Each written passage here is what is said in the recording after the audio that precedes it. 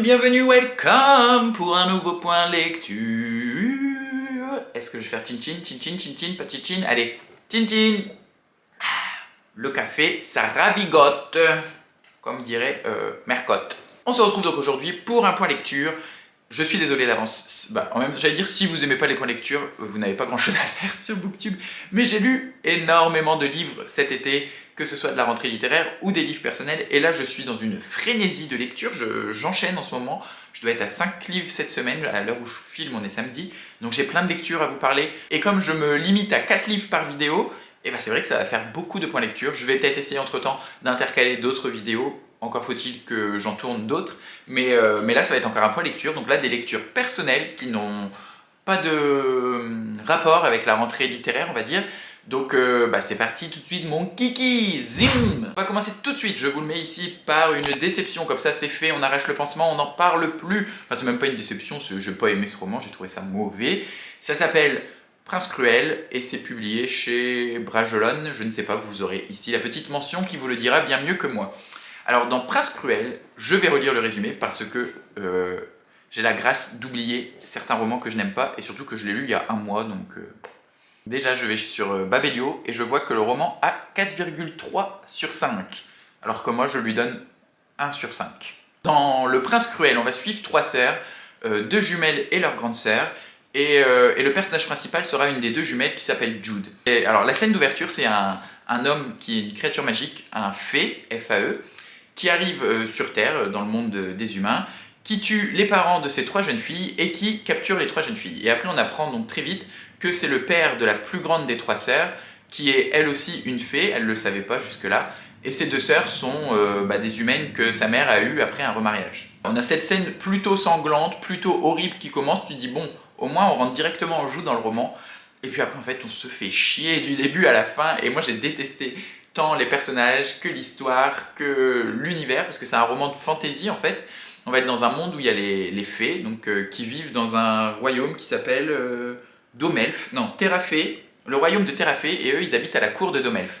Et donc ce fée qui enlève les 3 enfants les ramène dans le pays des fées et va les élever comme sa propre fille, et les 2 autres c'est les jumelles comme ses propres filles également, et elles vont être vite imbriquées dans des histoires de cours, de jeux de pouvoir entre différentes maisons qui veulent prendre le pouvoir. Le roi du royaume a fait son temps, en fait les fées sont immortelles, mais au bout d'un certain temps ils passent l'arme, enfin j'allais pas dire ils passent l'arme à gauche, mais ils passent le témoin, ils ne sont plus rois du royaume, et donc lui il a je crois 7 ou 8 enfants, et il doit donner le pouvoir à un de ces 7 ou 8 enfants. On va être dans ce roman de cour dans le royaume des fées, où chacun des frères veut prendre le pouvoir et veut devenir le nouveau roi.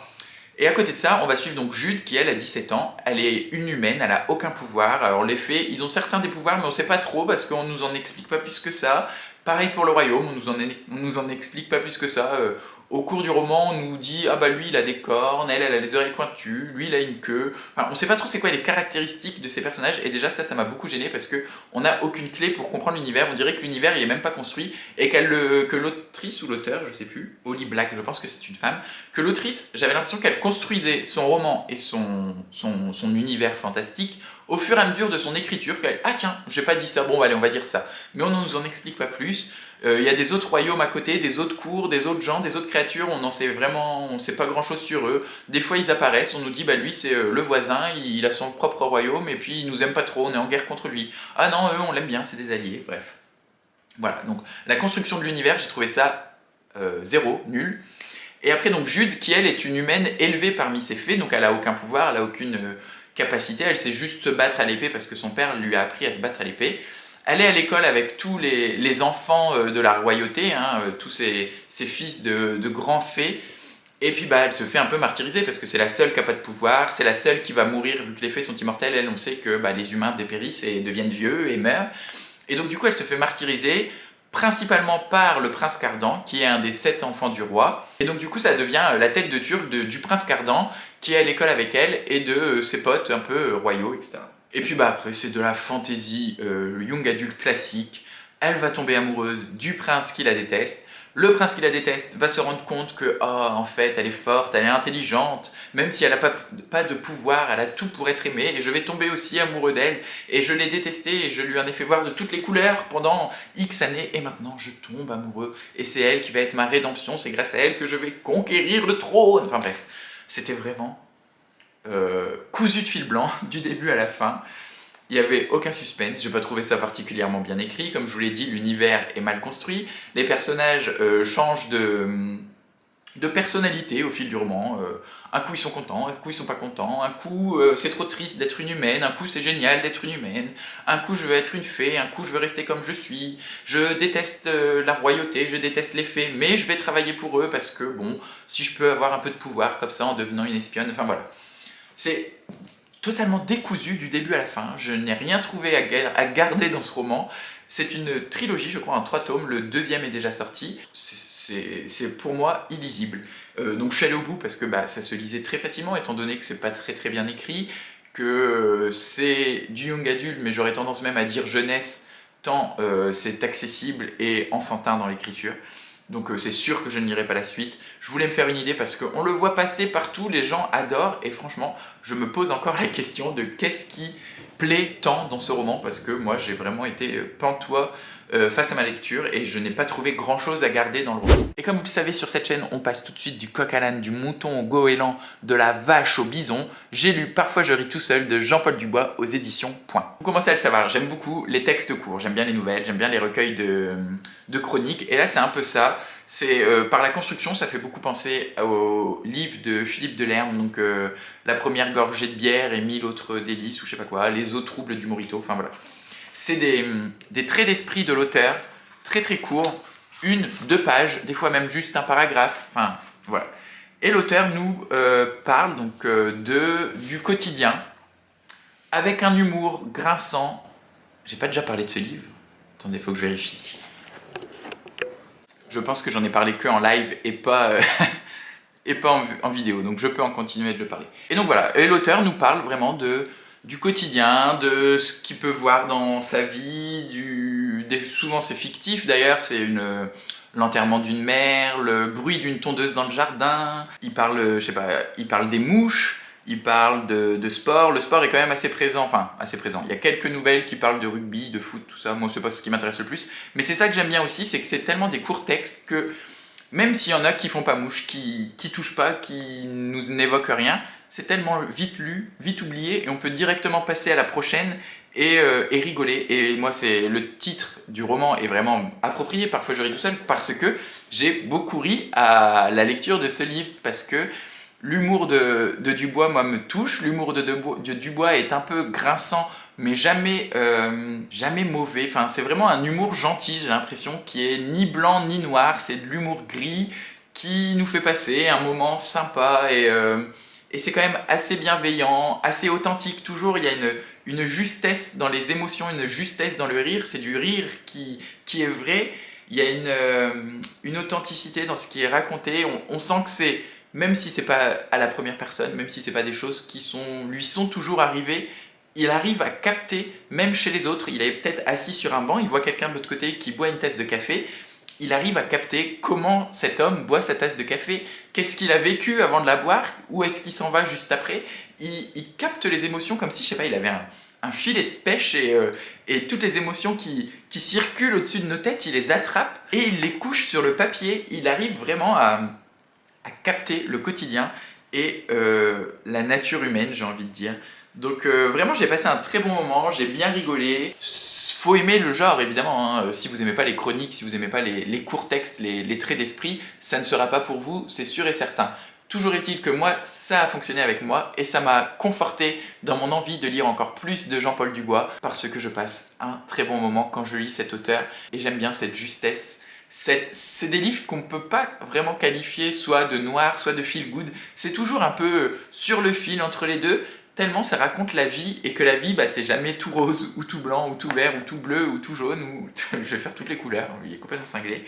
Mais voilà, la vie n'est pas un long fleuve tranquille, la vie n'est pas manichéenne, et c'est ce que j'aime avec Jean-Paul Dubois, c'est qu'on n'est jamais dans un manichéisme, et que on est dans la justesse et la réalité. Je sais pas trop quoi dire d'autre de plus, parce que bah moi ça m'a fait rire, après voilà.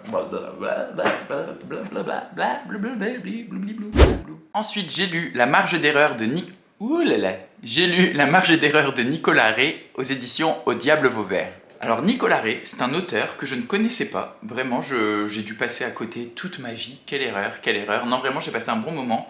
Donc je connaissais pas l'auteur alors qu'il a déjà écrit pas mal de romans, il était chroniqueur, je vous montre sa photo si vous voulez voir à quoi il ressemble, c'est lui le monsieur. Et figurez-vous que l'histoire de ce livre est un peu drôle, je vous la raconte, certains la connaissent déjà je pense. Quand je suis revenu de vacances, à la gare, il y a eu un colis piégé et je pouvais pas prendre mon train et on a dû évacuer la gare.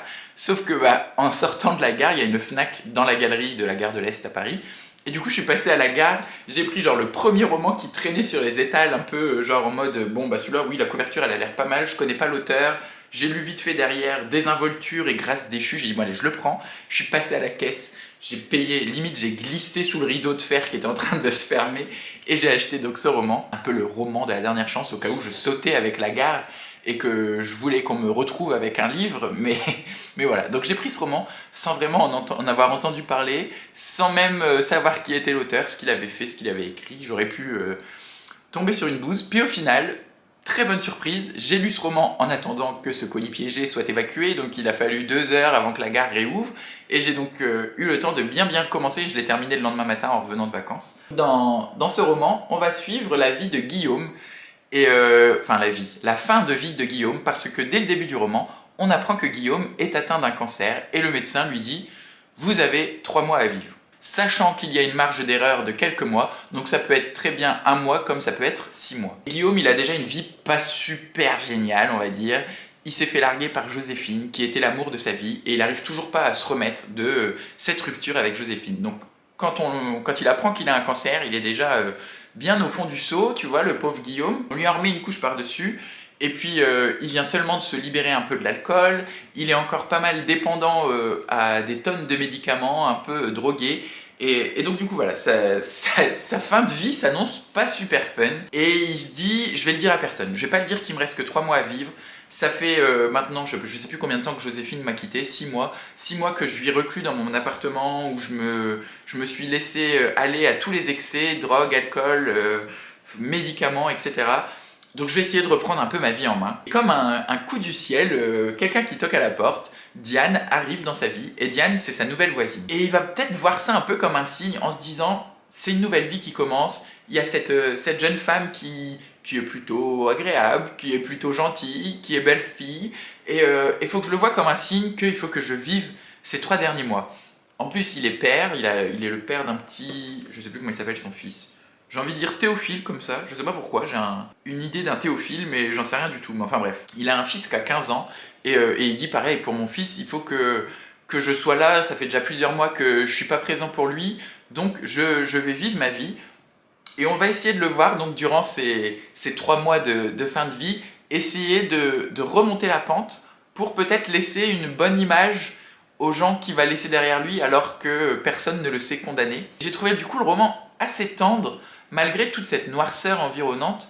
On s'attache très vite à Gabriel alors que franchement c'est quand même un peu un gros con parce que c'est le Parisien donc, qui est journaliste je crois, assez antipathique, il est un peu saoulé par la vie, il est un peu désabusé, voilà, derrière ils disent désinvolture et grâce déchue. On sent qu'il a eu la grande vie de Parisien assez mondain et que là bah, il est un peu sur le retour et donc du coup il est souvent amer, etc. Mais on arrive quand même à s'attacher à lui malgré tout ça. Alors après je vous cache pas qu'il y a quelques scènes un peu spéciales où je me suis dit est-ce que ça a un intérêt? En fait il y a des scènes de sexe qui sont un peu, je vais pas dire déviantes, mais avec des pratiques pas communes, voilà. Après, chacun a ses pratiques sexuelles comme il l'entend, mais il y a des pratiques peu communes dans ce roman qui sont les fétiches de l'auteur, enfin pas de l'auteur, mais du personnage principal, pardon. Je sais pas ce que Nicolas Rey fait de ses nuits. Et du coup, elles sont quand même assez crues, assez glauques parfois, et en même temps, on se dit, bah, si c'est la façon qu'il a de vivre sa vie, de vivre son amour, c'est normal qu'il a envie de les vivre et qu'on nous les décrive assez crûment, assez froidement d'ailleurs même, parce que il lui reste plus que 3 mois à vivre et donc du coup il veut peut-être aller même au bout de ça, de ses envies, de ses fantasmes sexuels. Et donc du coup voilà, ces scènes elles m'ont un peu perturbé la première fois. Et puis la deuxième fois je me suis dit bon bah d'accord j'ai compris. Et après c'est vrai qu'elles sont peut-être revenues un peu trop souvent à mon goût. Mais bon ça je vous laisse apprécier et puis je pense que vous pouvez les sauter aisément. C'est pas le cœur du roman. Mais on se rend compte oui voilà que Gabriel il arrive à finalement, tout en se sachant condamné, en sachant que bah, sa vie elle était déjà derrière lui et que dans tous les cas il aurait peut-être fini par mourir dans son appartement seul parce que bah, il avait plus la grande vie qu'il avait eue quelques temps avant. Il arrive à redevenir peut-être un peu de lui-même et la relation qu'il entretient avec son fils, lui se sachant condamné, son fils ne le sachant pas, alors qu'ils n'ont pas des relations super non plus très... Ils n'ont pas des relations très fortes. C'est des relations filiales assez cordiales, il a pas la garde, ils ont une garde partagée avec la mère, il le voit pas très souvent, ils ont juste des soirées films tous les mercredis, et donc du coup il s'attache à lui montrer ses films préférés parce qu'il dit j'aurais peut-être pas le temps de lui montrer avant de mourir, donc il partage quelques moments autour du cinéma qui sont très jolis. J'ai passé un très bon moment, j'ai envie d'en découvrir plus de l'auteur parce que c'est quand même du roman de littérature blanche assez mondaine. C'est le genre de roman qui pourrait très bien passer chez Ruquier, sur France Inter, vous voyez, dans tous les médias traditionnels. Oh purée, je viens de me foutre le coin du bouquin dans l'œil. Mais j'ai trouvé quand même la plume de l'auteur assez intéressante et intrigante. Et donc voilà, c'était pas un coup de cœur, ça c'est sûr et certain, parce que j'en ai quand même oublié pas mal, mais j'ai trouvé ça bien mené. Et puis le coup du « je vais mourir, il me reste plus que 3 mois à vivre », c'est quelque chose qui a déjà été fait et refait, vu et revu. Donc ça aurait pu ne pas être original, ça l'est pas toujours original d'ailleurs, mais ça l'est suffisamment pour que j'apprécie la lecture. Et il y a quelques passages qui sont quand même très drôles dans cette déchéance, dans ce Parisien un peu désabusé et ironique, grinçant. Je pense qu'il y a une petite part d'autofiction de l'auteur dedans, et du coup voilà, c'était chouette. Si je devais le comparer à quelque chose que j'ai déjà lu, par certains endroits, ça m'a un peu fait penser à du Bec BD par exemple. Et enfin, j'ai lu Trio de William Boyd aux éditions Seuil. Et sans la jaquette, voilà ce que ça donne. C'est l'hymne de nos campagnes, de nos rivières, de nos montagnes, de la vie man, du nombre d'animal, file bien fort, juste corps de vos clans. Hey, depuis en fait que j'ai lu ce bouquin qui s'appelle Trio, j'ai des chansons de Trio en tête parce que je suis le petit frère d'une grande sœur qui était fan de Trio, qui avait tous les albums de Trio, qui allait voir Trio en concert, et donc du coup j'ai grandi en entendant Trio à travers les murs de la chambre de ma sœur dans sa chaîne hi-fi. Et donc là encore, ce n'est pas un coup de cœur que j'ai eu pour Trio, c'était une lecture fort appréciable,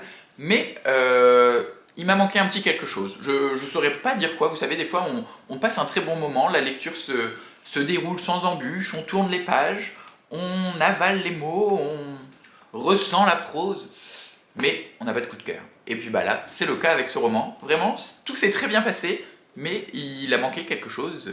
Le petit plus Périglioni, comme dirait notre ami Elise Moon, je crois. Ça n'a pas été au bout, mais ma foi, très bonne lecture. J'ai dit dans un live, je crois, que William Boyd était un auteur de romans américains. Pas du tout, c'est un Britannique, je crois, mais francophone. Oui, parce qu'il partage son temps avec sa femme Suzanne entre Londres et la Dordogne. Donc dans Trio, on va suivre, comme son nom l'indique, 2, 4, 6, non, 3 personnages. Passe-partout en sueur. On va suivre donc 3 personnages qui gravitent autour d'un plateau de cinéma à Brighton dans les années 60, en 1968, donc dans le sud-est de la Grande-Bretagne, je crois. C'est ça, c'est une station balnéaire anglaise. Dans ces 3 personnages, il va y avoir Talbot, qui est le producteur du film. Il va y avoir Annie, qui elle est le personnage principal du film, la personnage principale du film. Et il va y avoir Elfrida, qui est la femme du réalisateur, je crois. Le personnage principal, Annie, c'est une jeune actrice, vous voyez un peu le cliché de la blonde, à qui tout réussit, qui tourne ce film qui a plutôt l'air d'être un navet, mais qui va bien marcher d'avance, on le sait déjà parce qu'elle est dedans. Et on a fait venir un nouvel acteur qui est un chanteur à succès qui fait ses débuts dans le cinéma. Et donc elle est en couple avec un vieux français, elle se fait un peu entretenir, hein, vous voyez, par Jacques, je crois qu'il s'appelle, mais elle va tomber amoureuse du jeune acteur avec qui elle tourne le film, et c'est un peu le cliché de l'actrice dépressive, qui vit sous antidépresseur tous les matins, elle en prend un, 2 anxiolytiques au petit déjeuner, un antidépresseur au repas du midi, etc. Enfin, vous voyez, le cliché de l'actrice. Pour ce qui est de Talbot, le producteur, lui, il est un peu bonne patte. Pas vraiment le producteur méchant qui cherche à se faire du fric, c'est... il est un peu arrivé là avec son meilleur ami, ils ont monté leur boîte de production, et lui, tout ce qu'il veut, c'est que ça se passe plutôt bien, il n'est pas forcément à la recherche du gain ou quoi, enfin, il est vraiment tranquille, sauf que il est homosexuel, mais il est marié, il a des enfants, sa femme ne sait pas qu'il est homosexuel. Enfin voilà, il mène cette double vie. Et Elfrida, elle, donc c'est la femme du réalisateur, Elfrida, elle est autrice, sauf qu'en fait, il y a 10 ans, elle a écrit 2 ou 3 romans à succès, on l'a comparée à la nouvelle Virginia Woolf, et depuis, ça fait 10 ans qu'elle a rien écrit, elle est incapable de coucher des mots sur du papier, et elle a encore cette image de Virginia Woolf où tout le monde l'a comparée à cette autrice très célèbre, alors qu'au final, maintenant, elle n'est plus qu'une autrice qui n'écrit plus et qui plus est alcoolique. Et vous voyez, c'est un peu elle, par contre, pas la femme portefeuille, mais la femme du réalisateur qui a de l'argent, qui fait pas grand-chose, qui essaye d'écrire et qui n'y arrive pas. Et donc voilà, ces 3 personnages gravitent autour de ce plateau de cinéma. Il va se passer quelques rebondissements, l'histoire va se mettre en place, il va y avoir une espèce de petite enquête policière parce que un homme s'évade de prison et on va apprendre qu'il a un lien avec Annie, le personnage principal du 1, 2, 3 pâte au beurre. On va apprendre qu'il a un lien avec Annie, le personnage principal du film, et donc du coup voilà, il y a une espèce de mini-enquête policière, mais c'est surtout un roman choral sur ces 3 personnages qui mènent tous une double vie, donc c'est sur la duplicité, les faux semblants, ce qu'on montre et ce qu'on ne montre pas, et en ça j'ai trouvé le roman très intéressant avec toutes ces doubles vies possibles quand on est une actrice, donc c'est la vie qu'on mène sur scène et la vie qu'on mène dans les caravanes, dans les coulisses. Le producteur, lui, c'est la double vie de la vie sexuelle de « je suis hétéro en public, mais en fait je suis homosexuel qui n'a pas fait son coming out ». Et Elfrida, elle, c'est un peu la double vie de l'imposture où j'ai écrit 2 romans et maintenant je n'arrive plus à rien écrire et je noie ma vie dans l'alcool, personne ne sait que je suis alcoolique. Voilà. On s'attache tout de suite plus à un personnage sur les 3, mais comme souvent dans un roman choral, moi par exemple, le cliché de l'actrice principale, c'était voulu, mais de la superstar, de l'idole des années 60, mais ça m'a pas trop plu, donc le personnage d'Annie, je m'y suis pas trop attaché. En revanche, j'ai beaucoup aimé le personnage homosexuel et même l'autrice qui elle aussi accumule un peu les clichés parce que elle se dit bon, j'arrive plus à écrire, tous les grands auteurs ont écrit en étant soit alcoolisés, soit drogués, donc je vais me plonger dans l'alcool et on la voit boire du gin et des vodkas à outrance, écrire et réécrire la première page d'un livre parce qu'elle se dit bon, on m'a comparé à Virginia Woolf, je vais écrire un livre sur Virginia Woolf, donc je vais écrire la dernière journée de l'autrice avant son suicide. Et donc elle se rend sur les lieux de la mort de Virginia Woolf, elle se rend dans la maison où Virginia vivait avec son mari, sur l'endroit du présumé suicide, et elle essaye de réécrire. Et donc on voit à chaque fois cette première page, parce qu'elle est retranscrite, cette première page qui change, où elle change 2 mots, elle change une phrase, elle donne des détails un peu crus et sordides, puis elle les retire, puis elle remet quelque chose de totalement absurde, et j'ai trouvé ça très très drôle et assez cynique. Donc voilà, j'ai passé un bon moment, j'ai bien aimé découvrir William Boyd. Ça fait un peu, oui, une fresque de ce qui se passe sur un plateau de cinéma, parce qu'il y a aussi cette critique un peu du cinéma tout puissant, alors qu'en fait, c'est ce qu'on voit en apparence, mais si on gratte un peu le vernis, la couche est moins reluisante en dessous.